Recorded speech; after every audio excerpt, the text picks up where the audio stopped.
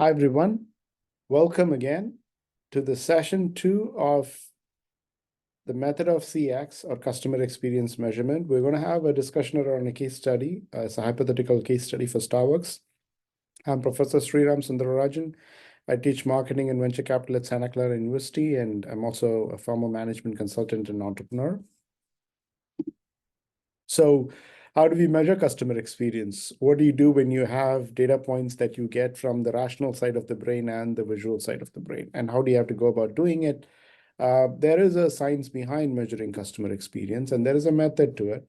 But in order for us to understand what the measurement methods are, we need to understand that a brand's customer strategy is really measured using customer experience. So measuring CX is kind of like a measurement of the brand's customer strategy and its effectiveness with its customers. And what customer strategy really means is, how does a brand engage the customer in the channel of their choice in a manner consistent with the expectations around customer experience? And how can it deliver on the value that is expected from the products?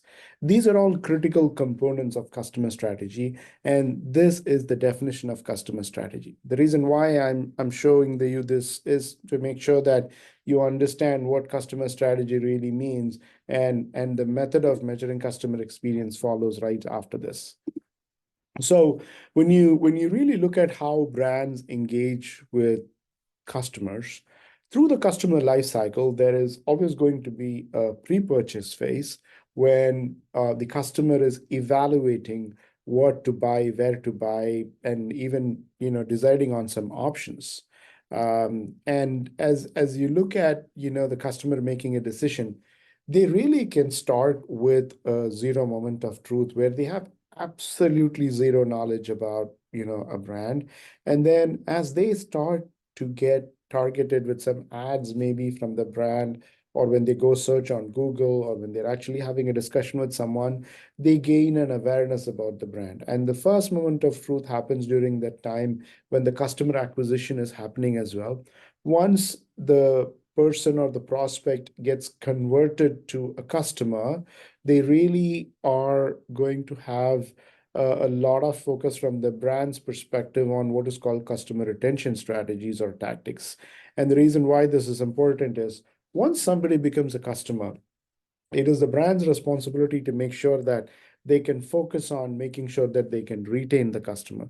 There are different strategies related to it, but in order for a brand to even incrementally sell more, or even sell something different from a different product line, or to even retain them and make them spend more with them, there is a loyalty cycle that kicks in. And during this loyalty cycle, brands have different ways in which they inform the customer more about how the value is being delivered by the brand to the customer. So the second moment of truth can happen. So you go from zero moment of truth where there is zero awareness to the first moment of truth, and then you go to the second moment of truth. And as the experience with the brand shifts, it's very important for the brand to measure, to actually have certain metrics that they can actually measure across the journey through the loyalty phase. And we have different methods that we can use. For instance, if you want to gain some knowledge about the awareness that somebody has for the brand, you can really look at how you want to create a survey maybe.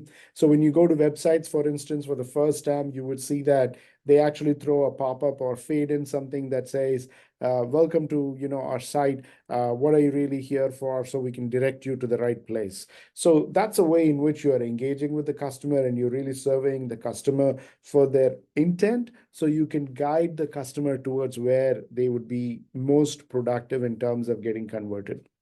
Now, once someone crosses the awareness phase and becomes a customer, brands have different methods that they can use through surveys or sentiment analysis, or by measuring effort scores, the level of satisfaction that a customer has, the level of interaction that a customer has, how happy they are with the engagement, or how difficult or easy it is for them to do a certain task.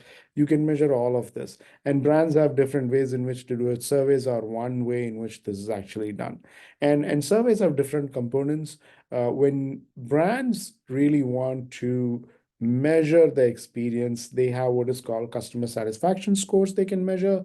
They have what is called a net promoter score, and these are different metrics. While a customer satisfaction score can be used for a transaction, like for instance, you pick up the phone and speak with someone in a call center, you're booking a ticket maybe, and the brand sends you a survey right after that. They are actually measuring the effectiveness of the transaction, the experience that you've had in the transaction, and your satisfaction with the transaction.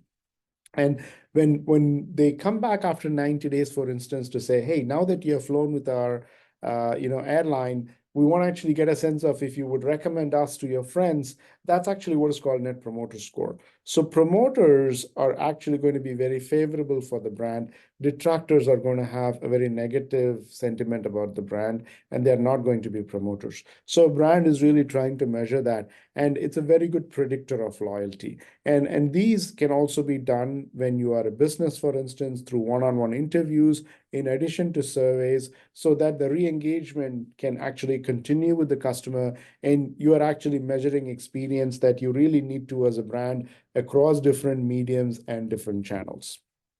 Now, moving on to the case study. The case study is about Starbucks, and this is a hypothetical case study. What we did, our team actually went and we actually surveyed a population of Starbucks customers that have been to a Starbucks, and we actually looked at what the trend has been. And then what we also did was to take that information and try to validate that in the public domain. We went after publicly available review sites to gather the data, and this we use to feed to our sentiment analysis engine, as well as our measurement, evaluation that we would do to make sure that we can understand about the customer experience. And what we found when we did the survey was that Starbucks actually had a big problem in the Bay Area. They still do, probably. But at this point in time, this was probably a few years back when we did this survey and when we did this experiment, the net promoter score was really negative. And this was very uncharacteristic for Starbucks. Now, agreed that we were coming out of the pandemic, and this was probably something that would common during the pandemic. This was pre-pandemic, so which means that this measurement really had two components. One was before the pandemic, and then we also measured during the pandemic, and then looked at the review with respect to what we could find during the pandemic. So we looked at different data points across different timelines, and then what we did was to actually narrow down on one set of data that we could use to analyze, so that we have an easy baseline to compare against.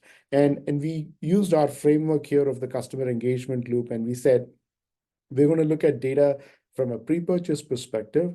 We're going to look at data from a purchasing perspective, point of purchase perspective, and ordering perspective, while somebody is waiting in the coffee shop.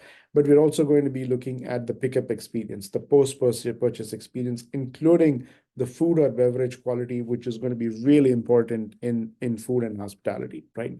So our observations, indicated that most of the experience seemed to be happening at the point of ordering or after. So it led us to hypothesize that issues could exist in the app or the store. We tried to hypothesize the possible root causes. The app could have issues. For instance, the drink choices couldn't, probably be ordered because they were not available maybe in that store, or maybe the service quality had some gaps. So there could be a lot of issues that happen. And when we look at the data actually give us some insights. The insights tell a story. And this is what we would need, because while we can hypothesize about what could be wrong, the data is what gives us the insights to have clarity around what we really need to be doing by looking at the root cause. So from that perspective, what did the team find? The team found over a period of 6 months, there was a shift. And the shift really was in terms of the issues that they analyzed from a product perspective, from a pre-ordering perspective, from an in-store experience perspective, and from an ordering perspective. And our students really tracked problems through the journey. And what they really did was to look at if the number of negative reviews, increased or decreased. And surprisingly, what they found was the most recent 3 months had more negative issues reported, more negative reviews happening than actually the previous 3 months. And the number of issues actually doubled, which was quite surprising. And And this meant that there was a new problem that probably has surfaced. And what we realized was, as we looked at the issues from the customer journey perspective, while the pre-order had a less number of issues with like about 8% or so, the number of issues during the ordering phase and the in-store phase actually had increased. And this had increased marginally for the in-store, as you can see here, from like 45% to 50%. But the ordering, percentage, the issues that happened during the ordering phase actually had doubled from 20% to 41%. So which means that, we now have to look at why are there so many issues happening and what could go wrong and what can we do to fix this. So when we look at the type of issues going by the customer journey of pre-order, order, and post-order, the pre-order issues, were something like opening and closing times were really hard on us, and like, very difficult to find sometimes. And maybe there you go in and you find that the store is closed, and they closed early. They have very poor description. They were not notified about, the technical issues on the app. There were some issues with ordering experience. As we saw, pre-order was just a small percentage, but the ordering issues and post-order pretty much actually doubled. So from that perspective, the ordering, experience had a lot of issues, and the post-order also had issues. And we really could see that from the data and the insights that we could gather. Based on this, when we look at what are some possible solutions, when you look at the beverage quality, for instance, just going back to the previous slide, when people have a very bad experience with the drinks, or when they have like employees that are disrespectful or unfriendly, this really came out from the data. It's a indication that there could be something wrong with the training and culture. There probably wasn't something that was very transparent as well. So maybe customers expected high and employees were not aware of this, which means that, it makes sense for Starbucks to train the employees and make sure that the staff is on the same page when it comes to delivering a very consistent customer experience. Now, while that's a good advantage and it actually is going to help the brand, the disadvantage is that training across, Starbucks is really complex. You have thousands of stores. It's going to be time consuming and expensive. The reason why this is important is every brand needs to do an introspection, figure out what, it strives to do and what is really happening in the ground. And as they try to adjust, people and culture are going to be at the core of this. And that's really what experience is about. Experience is how we as human beings interact with other human beings. Sometimes it could be with technology or with chatbots, for instance, which can be, lacking emotion or empathy. But when we interact with humans, we expect that emotional connection and we expect that experience to be a lot better. Now, the second part of this is about the technology. Customers having very bad experience when they actually were trying to order and they go to the store to pick up. So which means that, some simple issues like menu consistency, the menu could actually have easy selection and could actually really do real-time sync on what's available, what's not available, giving some seamless payment options. These are all going to actually help with a lot of positive experience, but it doesn't actually address the in-store experience. For that, you really need to combine with something like training and culture, for instance, or the next point, which is around order transparency, which is really about, customers may not always be looking at that. Like, for instance, once I ordered, I was waiting, there was no update on the app, but my drink was ready and it went cold.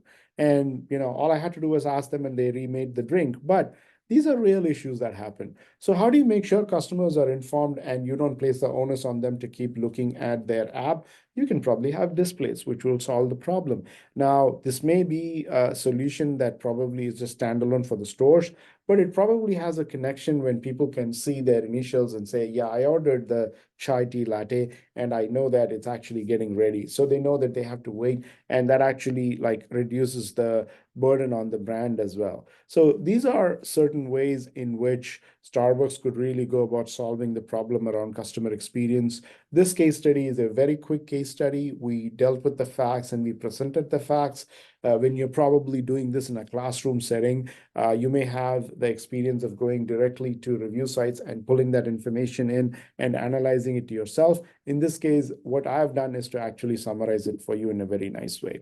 So the 5 key questions that I probably would want you to take away is, If you're a business owner, if you're a brand manager, how do you really measure your customer experience? That's number one. Do you really do it today? And how do you actually, measure it? The second question is around recency. And this is important is because you don't want to be looking at data 6 months prior, 12 months prior, except for getting some historical perspective. Real-time action would need you to have access to real-time data. Recency is very important. So how often do you measure? So you have the most recent data is going to be really important for you as you try to deliver a great experience. The third point, which is going to be important, is where do you measure, which means at the stages of the customer journey, where do you have to go and measure? And then the fourth point would be around what do you do with the insights? Okay, you got all the data. How are you actually looking at the insights? And how do you want to even respond to a customer that's actually angry at you? If it's on a Google review, if it's on a Yelp review, how do you go and deal with it? If it's on a survey that came to you and you have their email, what action would you take to actually make sure you are connecting with the customer and leveraging the insights the right way to fix the root cause, right? And the last part is around outcomes. Are you really delivering on the customer expectations around outcomes? And this is important because an Airbnb is about giving a very comfortable stay for a customer. It is not about giving a room for the person to stay. So, which means that brands have to focus on experience and they have to know what levers they need to actually be, evaluating, what measures they should be having, so they are consistent with respect to measuring if they are delivering the outcomes that is expected by the customer. I hope through this discussion of the case study, you get a very good understanding about the importance of measuring customer experience, and hope this case study gave you a very small perspective or a good perspective about how you want to measure customer experience, like probably was apparent in the Starbucks case, and what could be some ways in which you could actually look at doing it the right way. Thank you so much.